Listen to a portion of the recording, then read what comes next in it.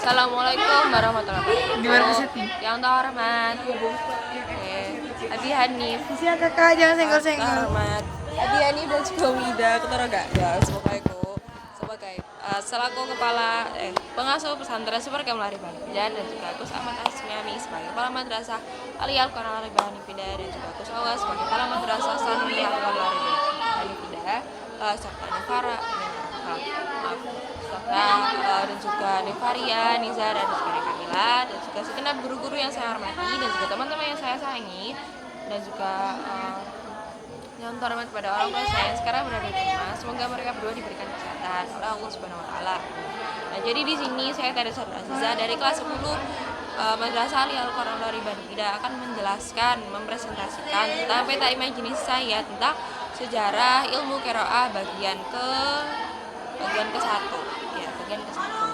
Nah, jadi sejarah ilmu qiraah. Nah, jadi sejarah ilmunya qiraah itu nggak bisa terlepas dari sejarah turunnya Al-Qur'an. Nah, jadi sejarah ilmu perkembangannya itu dia tuh dibagi menjadi dua periode. Yang pertama itu periode Syafawiyah, yaitu periode yang dia tuh periwayatannya itu melalui lisan. Nah, yang kedua tuh yaitu periode pembukuan qiraat. Nah, jadi pembukuan qiraat pertama kali itu dilakukan oleh Abu Ubaid Al-Qasim Salam, hidup dari 150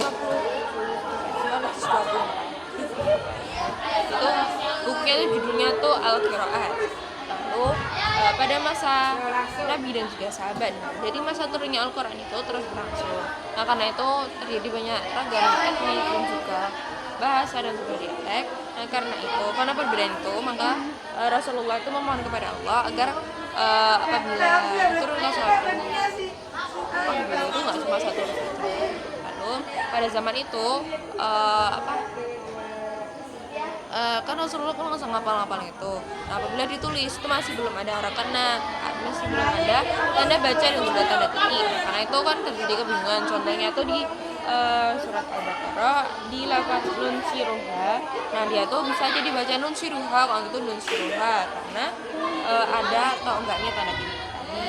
Nah, pada waktu itu apabila terjadi kecil kemungkinan terjadi perselisihan, karena apabila terjadi perselisihan maka mereka tuh langsung menemui Rasulullah untuk mempertanyakan tentang hal tersebut. Nah, qiraah yang benar tuh merupakan qiraah yang diajarkan dan juga diakui oleh Nabi. Lalu landasan periwayatannya itu ada dua. Yang pertama itu melalui hafalan dan juga tulisan. Nah, dari tulisan-tulisan ini ada tulisan pribadi itu ada perbedaan, karena itu disamakan menjadi mushaf Utsmani. Lalu pada babak kodifikasi itu dimulai sejak kepemimpinannya Abu Bakar yang diusulkan oleh Umar. Lalu yang kedua tuh pada masa tabi'in dan sampai dan generasi selanjutnya. Nah, jadi pada abad kedua Hijriah itu lahirlah pada tahun tersebut itu banyak lahir ahli-ahli Quran. Nah, contohnya itu ada Abu Ja'far ini. Nah, pada masa itu merupakan masa keemasan dan juga kematangan disiplin ilmu Quran. Nah, pada waktu itu antusiasme orang sana untuk belajar qiraat itu sangat besar.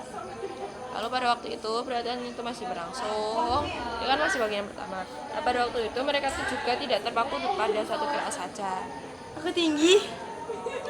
Oke, ada pertanyaan? Enggak. Oke, sekian dari saya. Mohon maaf bila ada banyak kesalahan. Wassalamualaikum warahmatullahi wabarakatuh. Waalaikumsalam.